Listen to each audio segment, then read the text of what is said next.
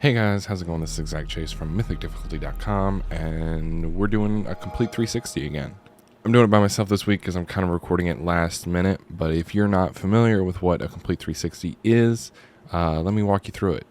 A complete 360 is a series that I started last year on another channel in which I try to go through as many games on the Xbox 360 as I can and get all of the achievements that I can. Obviously, there are server closures and game delists and all that fun stuff.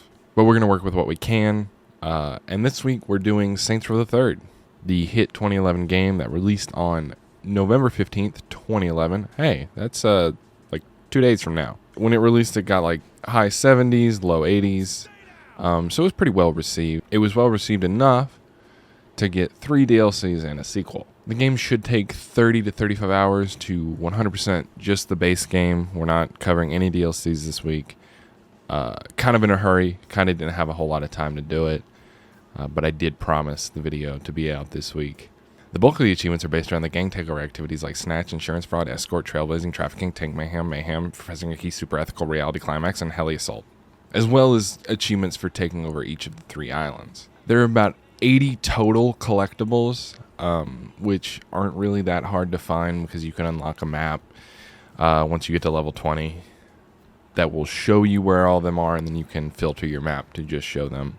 Get in the VTOL and just fly around and collect them. The collectibles are sex dolls, drug pallets, money pallets, and photo ops. And the only other collectible achievement that I would count is You're My Hero for 30 gamer score, which is to complete all the challenges. There are about 41 challenges in the game. You have 30 at the base game, and by the end you have 41 because you unlock them through the story progression.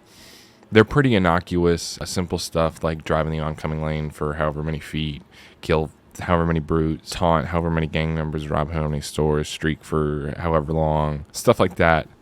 Really simple, just kind of a grind. The game also has the 2 somewhat obligatory Saints Row achievements, and by obligatory I mean that they appeared in the next game, so I count them as like the Saints Row achievements to me. And that's gender equality for 10 gamer score, which is to play for 2 hours as a male and a female. We're an equal opportunity offender. As well as third and 30 for 40 gamer score, played Saints Row for 30 plus hours. Why stop now? These 2 achievements are pretty simple. What I've done in the past with Saints Row 4 is you just play the beginning of the game as a female or a male, whichever is your non-preferred, and then you switch after about 2 hours to your preferred gender, and you play the rest of the game like that.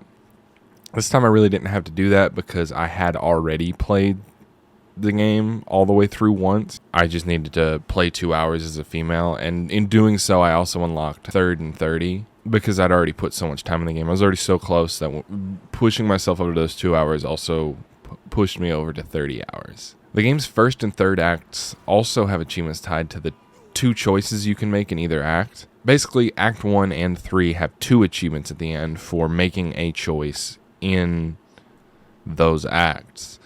So you have 2 achievements for Act 1, beat Act 1 one way, beat Act 1 another way. Not going to say what they are because spoilers. And then there's the same thing for Act 3, beat Act 3 one way, and then beat it another way. The achievements for Act 1 are for 20 gamer score, and the achievements for Act 3 are 30 gamer score. This one's pretty simple. Before you do Act 1, you just want to save the game and reload your save and do it that way. And then Act 3, you don't even have to do that. Once you beat the game, you can replay that final mission to get that 30G achievement. The game also has a few checklist achievements, just doing something so many number of times, like the American Dream for 10 gamer score, which is to pimp out 10 vehicles. Love-hate relationship for 10 gamer score, that's to taunt/compliment 50 gamer scores. 50 gamer scores? 50 gang members.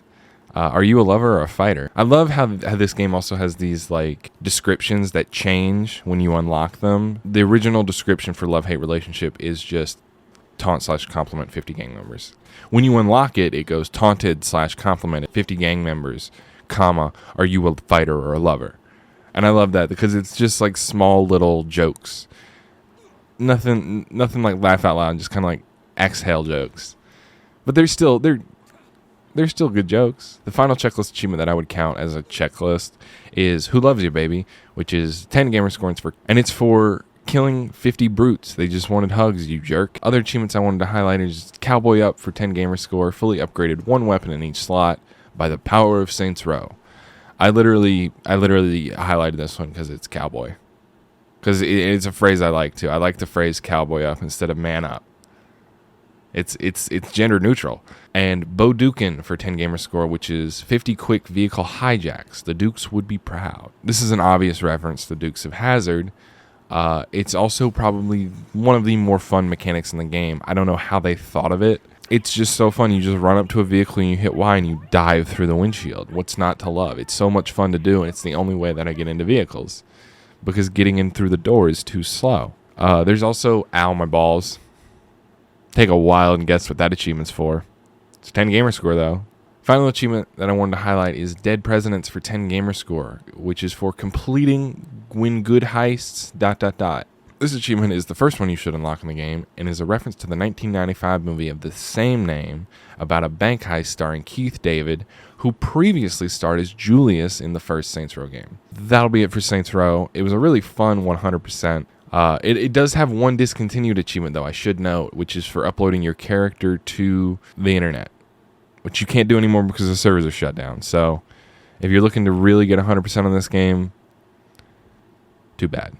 And I want to introduce a new rating score for Complete 360, which is how much gamer score can I really get before I want to die? And that's 920, because that's exactly the amount before the hitman challenges, the vehicle thefts, and just the challenges in general.